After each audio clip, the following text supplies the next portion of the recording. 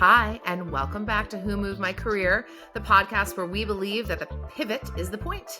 I'm your host, Nicole McNamara, and I have a little bit of juicy gossip that we have a new co-host joining us in a few weeks.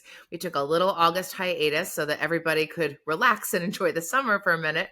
But today it's just me and our guest. I'm super excited to have with us today. So today I'm joined by Erika Weiss, a brand builder who's worked with Disney and 20th Century Fox and Beachbody, which I definitely want to dig into. That could be a whole separate podcast. And now you're the founder of Elevated Brand, helping other organizations think through their marketing strategy and come out better on top. You're also an adjunct professor at Loyola Marymount, if I'm getting that correct, of marketing as well. So I'm super excited to have you here today. I'm so excited to tell kind of the origin story of how we got connected. But welcome. Good morning. Thanks so much for being here. Good morning. Thank you. I'm so happy to be here and excited to talk with you. So, Erika, you and I got connected because you had kind of a viral clip about your career journey. And that was sent to a friend of yours from Kellogg who sent it to a group that I host. And, you know, the power of virility actually came into play pretty handy in this one. And I saw this post and I said, I must know this woman. And that's how we got connected. So tell me a little bit about the clip that I'm talking about and tell our audience what that was and what brought you to that moment. Yeah, absolutely.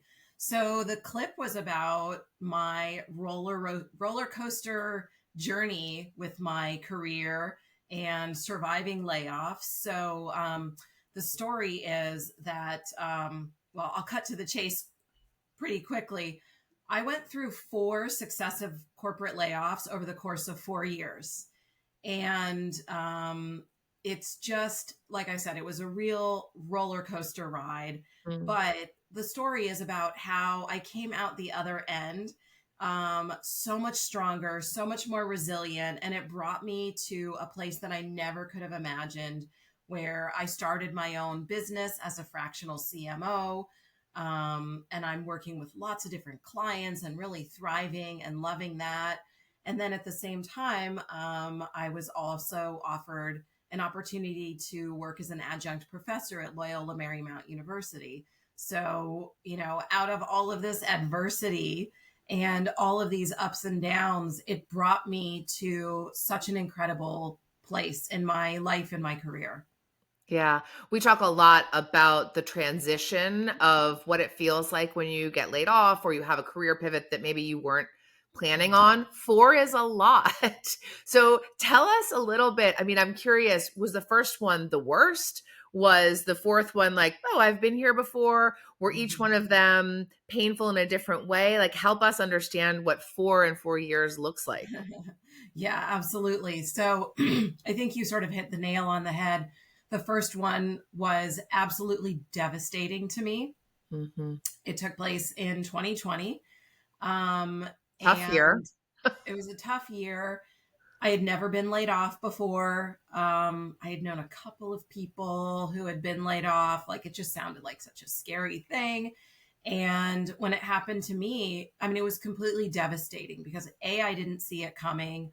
B, I had been with the company for 10 years at that point. Mm-hmm. And I loved my job, loved the company. And honestly, I realized that my entire identity had been wrapped up in what I did. And when I was laid off, it was sort of like this, oh my gosh, like, who am I if I'm not working at this company? What does that mean for me?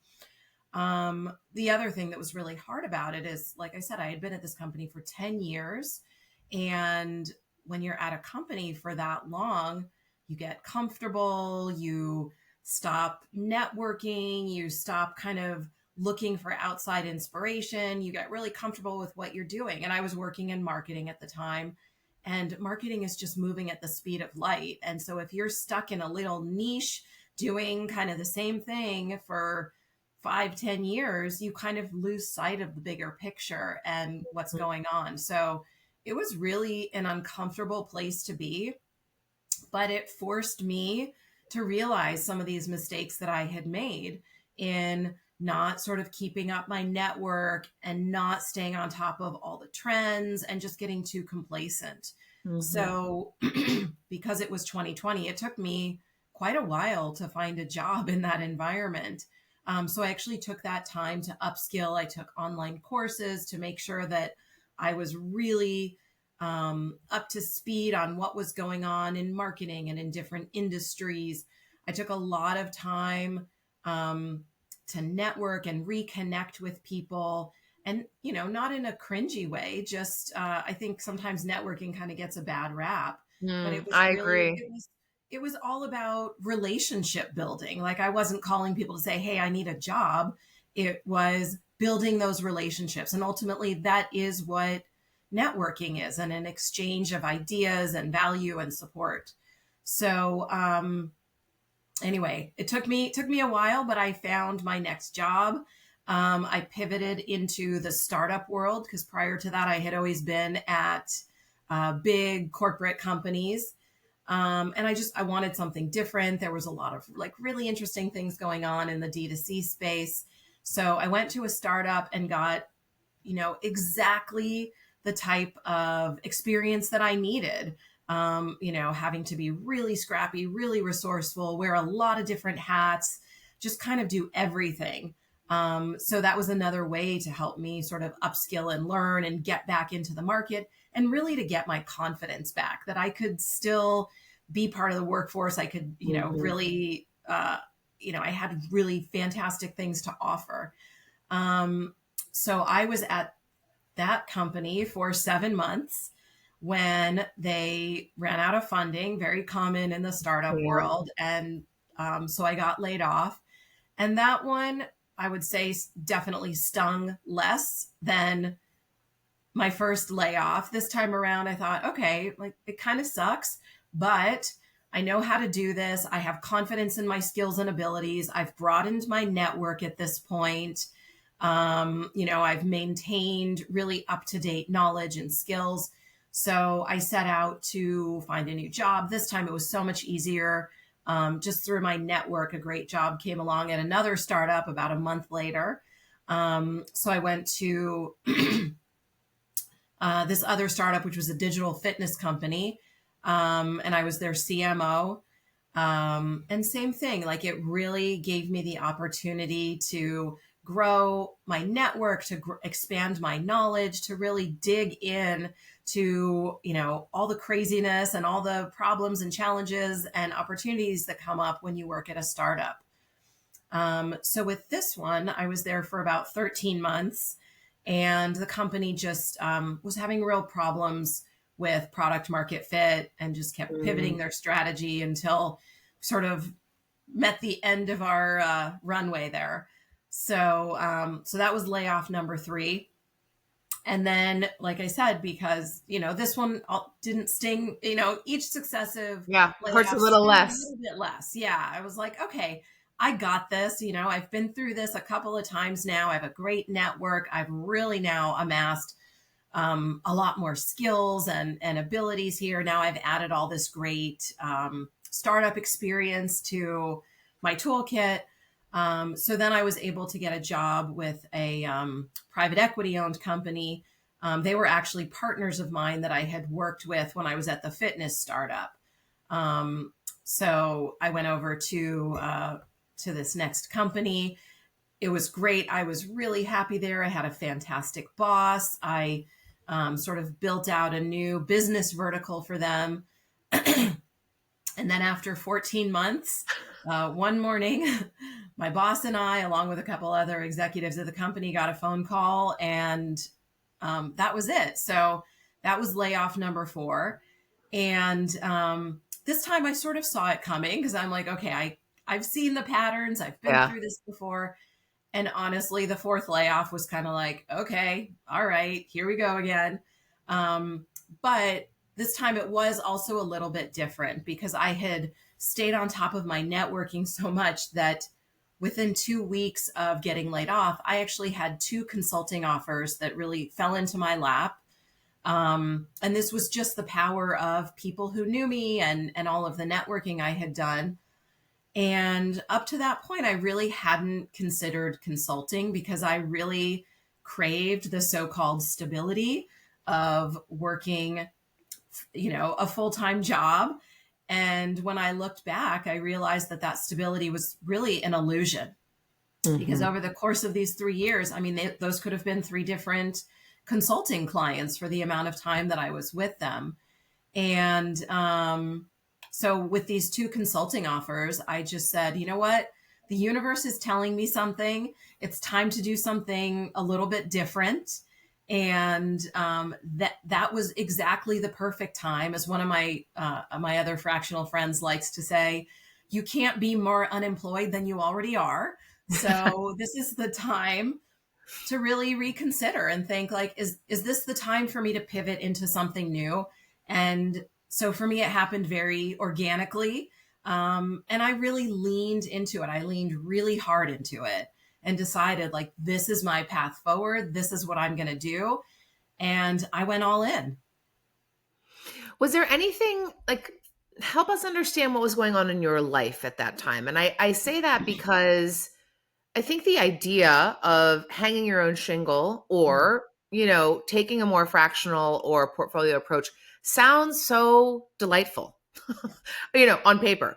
But I think about, let's take two examples, for instance, a new mom or someone with a really young family or someone who, as I think I live in Washington, D.C. A lot of people have had one job and one job only, and that's been in the federal government. And so, from those perspectives, it does feel a little bit like your life has to kind of fit in that moment. And I don't know what the markers are for making it swing one way or the other, like, yes, I should do this, or no, I would be absolutely insane to do that.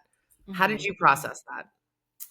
Well, I kind of go back to, what I said a minute ago, like the idea that you can't be any more unemployed than you already are. So, like, this is the time to try something new, right? For me, I have two daughters. I'm married. And so I did sort of have that stability of having a partner who had income and we were covered with health insurance. So that is certainly a luxury that was Mhm. really helpful to be like, okay, I'm going to go in and I have a little bit of a net here. I'm not the sole provider for this family and we have health insurance. So that certainly made it a little bit easier. But I also think like as a new parent or, someone who's juggling a lot, there's so many pluses to the fractional world. And just thinking about the amount of freedom and flexibility that it gives you.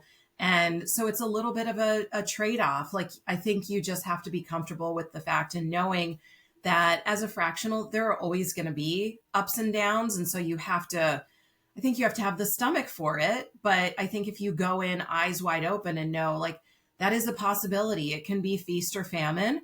But on the flip side, there are so many benefits in terms of work-life balance. And, for me, being able to be there for my kids now, I can see them off to school in the morning.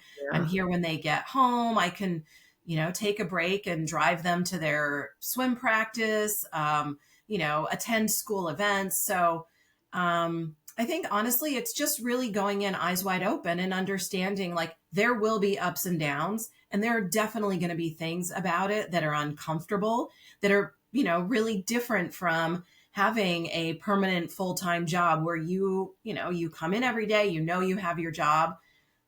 This is not that, and you have to have that stomach. I think the other piece of it too is, you eat what you kill. So you have to be okay with putting yourself out there and letting people know what you're doing. I mean, I talk to everybody. And again, it's networking, but to me, it's relationship building. Mhm. I don't go into conversations expecting a job out of it, but you have to put the time in and be comfortable with putting yourself out there, promoting yourself, promoting your services all the time. Mm. So I think you have to really consider, your own comfort level with some of this stuff, with the ups and downs, with being okay with promoting yourself and your business. It's interesting when you mention the value exchange between you and a company that pays you, biweekly salary and covers your health insurance. And, I think sometimes we forget that that is an actual value exchange. And I think one of the things we're seeing so much right now is, you know, layoffs or restructuring or return to office. And it's like, couched with this, oh, you're still family, or, it's really hard for us. And it's like, no, let's be adults about this and talk about the fact that you are paying me for a service. And when you either don't have the money to pay me anymore, or your strategy shifts and you don't need my particular services, like, this relationship is over. Mm-hmm. And it took me a long time to untether myself from this, laudatory, we're sending you here and congratulations, you won this, to all of a sudden, when that goes away, the value exchange really can hit you in the gut in a way in which I don't think everybody is prepared for. I know I certainly wasn't. But on the flip side, someone once said to me that, when they hung their own shingle, the greatest moment of relief for them was when they realized that every penny they made was going to their actual personal bottom line. It wasn't going to, corporate restructuring or corporate marketing or, some other vague thing that you didn't know. Like, you own it. You have an asset that is solely yours. Mm-hmm. And then all of a sudden the value exchange is like, oh, I'm exchanging it. To me, back to me.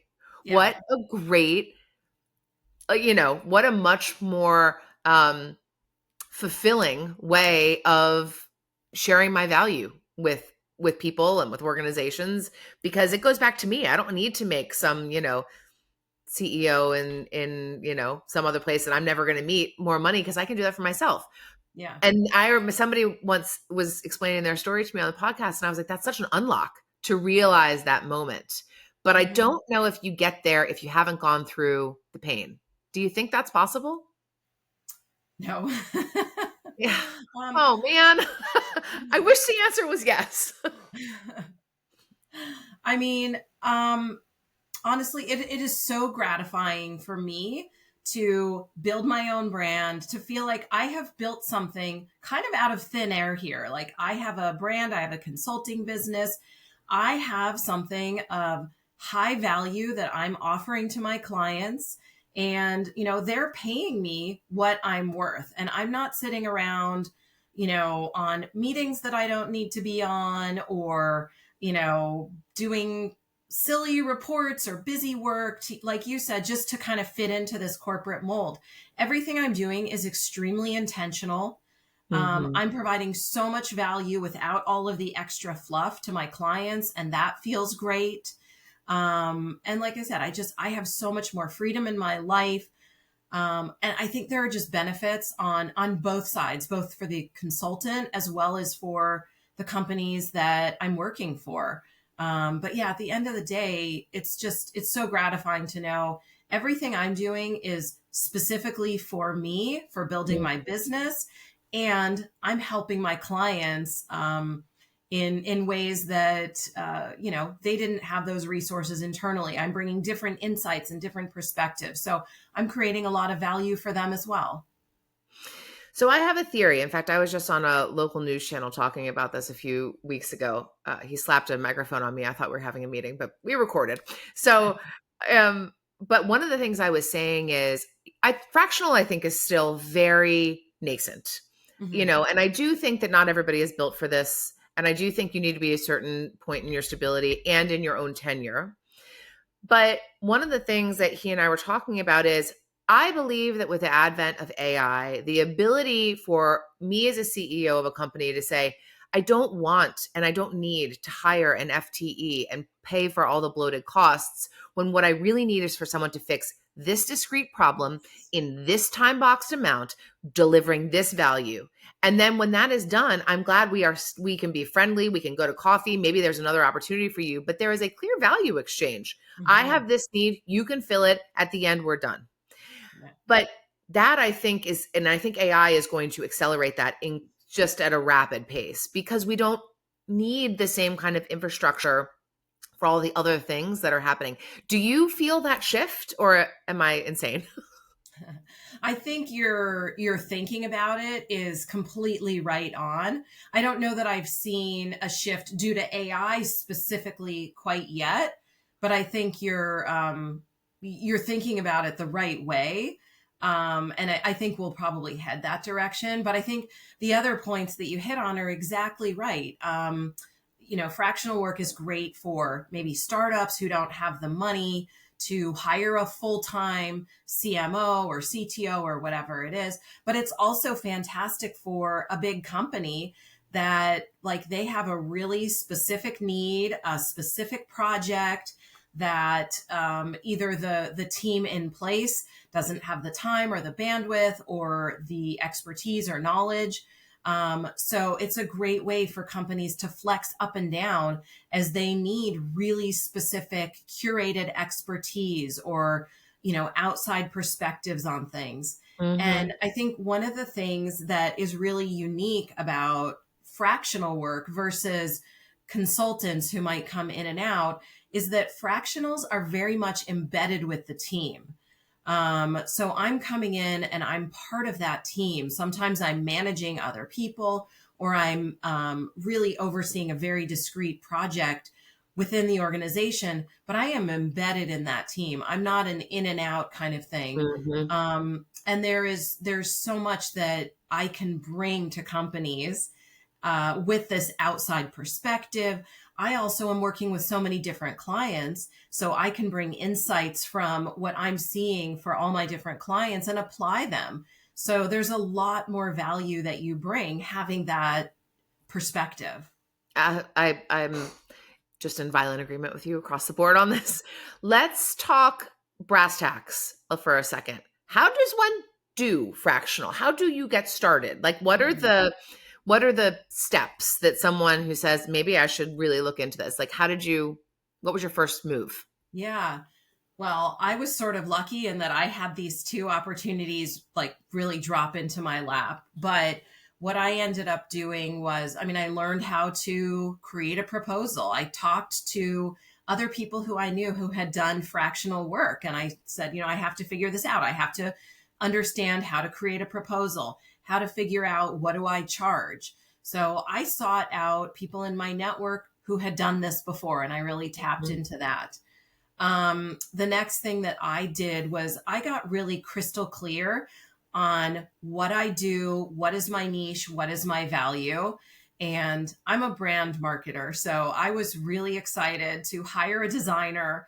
And, I said, I'm all in, I'm doing this. So I created a name for my company. I created a brand. I had her create a logo. I created a one sheet that really crystallized for a client exactly what I do, what's my industry expertise, what is my functional expertise, what are examples of the types of projects I can work on. Excuse me one second.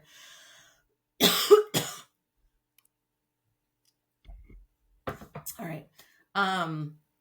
So I had this one sheet created that was a great leave behind. When I would talk to people, I would say, hey, great, this is what I'm doing now. I'd love to share with you my one sheet. And if you know of anyone who's looking for fractional work, it was a great leave behind.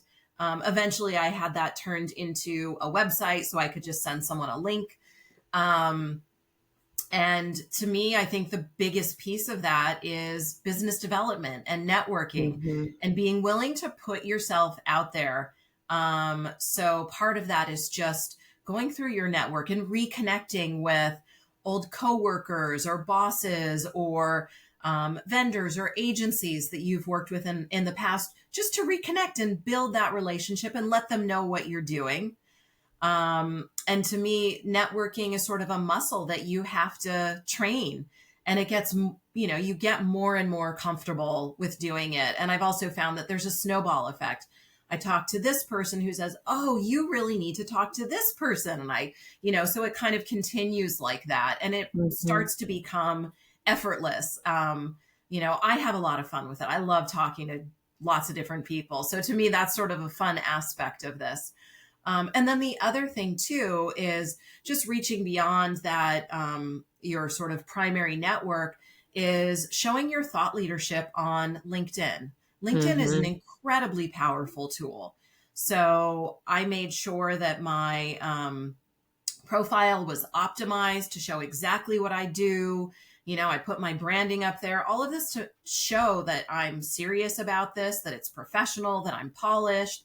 It was a way for me to also exemplify, my work and what I'm doing. So, I got to start, I was posting very regularly on LinkedIn about industry insights or new trends in marketing. So really getting your name out there and building a brand for yourself. If anybody hasn't already checked out Erika's LinkedIn page, it is well worth a look. She has one of the best headshots in the business, as far as I'm concerned. So absolutely, I think the LinkedIn thing is so important, because it's one of the few places that can create community, even if it's a digital community. I think that is so incredibly important. Let's talk a little bit about the feast and famine, and let's focus on the famine, because I think that there are days in every small business owner, fractional, hang your own shingle, however you want to do it, when you are not tied to the mothership that is paying you and worrying about all the things and making sure you have snacks in the snack room, that is low. That is, you've lost a bunch of work or you don't have a pipeline. How do you deal with those moments? Are Mm-hmm. they days, moments? Like, help us understand what it is when it's famine time. Yeah. I mean, for sure, everybody's going to go through this. And I think part of it is going in eyes wide open and knowing that this is going to happen. So, like, mentally preparing yourself so that when it does happen, it's not shocking. You just go, you know what? This is going to pass. You have to keep going. And part of that is about resilience. And I'll say, going through 4 layoffs in 4 years really helped me Yeah, build. I imagine that really got those muscles going. It did. And you don't have to go through that in order to build resilience. I don't recommend it. Zero But stars. 0 stars, do not recommend. Um, but, there are other ways to build resilience, but just understanding like this is going to happen. And you just have to pick yourself up and keep going. Everybody, no matter who you are, whether you're a fractional or, you have a full-time job and you have this great career, everybody goes through ups and downs. Right. So I think like sort of realizing that. But I think the other thing that's really helped me is using that downtime really wisely, like upskilling, that's a great time to learn and make sure that you're staying on top of trends and then turn that experience into a way to promote what you're doing. Hey, again, this is like thought leadership on LinkedIn. So, it has a double benefit for you. You're learning, which will be great for your clients. You're also building your thought leadership in a way that people see you. So part of it is business development as well. The Mm-hmm. other thing that I've done is I have joined a community of fractionals that work in the same industry space that I do. And so it's, that's sort of like your water cooler there. Like I have this group of people that I can go to for questions to, sometimes people in this group have leads on different opportunities, people who will prop you up. It's been How a did you great find resource. that group? I did a lot of research online. I mean, there are so many fractional groups popping up right now. Mm-hmm. Not even just fractional. I mean, there's Chief. A lot of people join Chief, and there's a lot of great networking and education you can do there. Um, but I just did a lot of research, and again, just talking to different people doing fractional work and who are in similar industries or with similar expertise, that I have. Hey, what are the different groups that you're a part of? And I found one that just fit what I'm doing really well. It's a group of fractionals, not just CMOs, but of all different, from all different functional areas. but it's people who've worked in fashion, health and wellness, and beauty. So it was a really curated group of people who have expertise in the same areas that I do. And I've benefited so much just in terms of learning, in terms of networking and introductions to new people and new companies and new businesses. And then people who just prop you up because they understand what you're going through as well. So as we start wrapping up, Erica, I'm curious, since I think a lot of our listeners are still in the I'm going to do corporate forever because it's all I know and I'm too nervous to do something else, which, by the way, I think we get fully. I think all of us who have come to the realization that like maybe there's another way to do it have had those competing thoughts. I don't know about you. They happen at like 3 o'clock in the morning for a lot of our listeners, right? And you're like, can I do this? So what would be the one thing you would say to someone who isn't sure if they're ready or not to go down the fractional path? Yeah. Well, I can completely relate to that because I spent most of my career in the corporate world.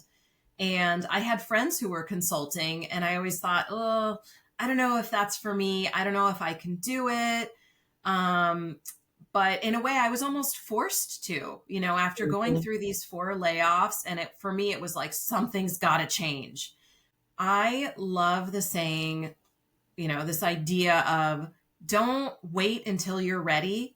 You have to do it because you're never going to be ready. Sometimes you just have to take that leap. Totally.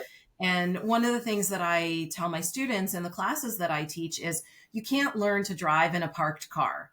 So sometimes you literally just have to take that leap and have the confidence in yourself. And I hate the saying, fake it till you make it, but it's really true. I mean, the more you do it, you go, oh, wait a minute, I can do this. So I think like having that mindset, there's never going to be a perfect time to do it. Sometimes you just have to take that leap. So that's part 1. And part 2 is when you do it, commit wholly to it. I mean, like I said, I leaned in really hard. And when I made that decision that this is the time, I'm going to do it now, I went all in. I didn't sort of dabble in one or the other, kind of like wishy-washy. Let's see if it works out. I said, this is what I'm doing. I am 100% committed. And like, I think that shift in mindset just puts you into the right state of mind to say, this is what I'm doing, period. I'm going to make it work. I love that. One thing we didn't talk about, Erica, that I know about your background is you are an accomplished athlete, open water swimming and yoga, and very dedicated to sports. And I think I bring that up on kind of our ending here because I think mindset is really the answer to 98% of the problems we face. And one of the things that I have learned, especially in my journey, is to be cognizant of what mindset I'm in and let that help me lead the decisions for what I'm going to do next. I got my Aura ring here, which helps me make some better data-driven decisions. Because I don't know, do you have something like that? An Aura ring or a Whoop? I used to, but it was like data overload. Well, I love the idea that I have some data to back up how I'm kind of feeling in my gut. Yeah. And so I think that idea of being aware of like what your mindset is right now. And if you are not feeling like today is the day to jump into the open water, that's also okay because tomorrow might be. And being cognizant of that, because I think I see a lot of people force themselves into it. And that is a sad and lonely place to be sometimes. And if you're not feeling it today, try again tomorrow. Because I would rather somebody wait and make the decision and own it and really feel like they're in the right mindset to do it than do it out of scarcity or fear when we make terrible decisions. Yeah, no, and I would agree with that too. I mean, for me, it's like I came to a point where, like I said, I had been through 4 layoffs and I had just a really different perspective on things. And for me at that exact time, it was the right thing to do. I wasn't ready to be a consultant and to go out on my own, 2, 3, 4 years before that. And I knew that. And so you're right. Like you have to be really self-aware and, listen to your gut too. Like if it's not the right thing at that moment, don't force it. But when it is the right thing, go all in. So I think mindset plays so much into that. I mean, my mindset wasn't there 4 years ago, but I shifted that, and yeah, so much is about like what's going on in your head and how you're feeling about it. I mean, another shift sort of in that same vein, when I was going through this, I sort of had like a toggle switch in my head, and I shifted to saying yes. And so when opportunities came to me, I just said yes. And, that's brought me to incredible places too. And I don't, there's some, nuance in that. I don't just say yes to absolutely everything, but being open to new experiences and possibilities, you never know where that's going to lead you. And honestly, that's how I ended up becoming a professor, is because I said yes to something that seemed scary, that I wasn't sure about, but in my gut, I thought, well, this is really exciting and I can figure this out and I want to. So I said yes. So it's all in the mindset. Yeah, no. And I love that, because I think there's a lot of content out there about saying no, right? Moms do too much. Women do too much. We have to do it saying no. And it was funny. Somebody else that we're about to have on the podcast said to me, well, I'm just in my season of yes. And if I can't do it and I say yes, and I think to myself, I don't actually know how to do this. Here's the great thing. I'm self-aware enough to know what I don't know and have a good enough network to have people around me who will be like, here's what you do. And so I am so all on board with the idea. And I am so glad you said yes to this interview. And I'm so glad you took a chance on our burgeoning little podcast here. I don't know if when you were laid off the first time, you kind of wished that there had been a different outlet or a different way to process it. I know that we hear that a lot from people. You're nodding your head. I'm glad to see that, for those of the people who are listening, because that's why we started this. There is another side to the pain that is delightful and bright and happy, and you just don't always feel it. And so we wanted to bring light to people so that when they are ready to say yes, they're in the right mindset to do so. So I'm very, very grateful to have you here. I'm so glad that our networks brought us together as well. And I know that you and I will do something fun in the future as well. Absolutely. Thank you so much. All right. Thanks, Erika. Thank you to our listeners. Make sure you hit subscribe. We'll see you next time. Bye.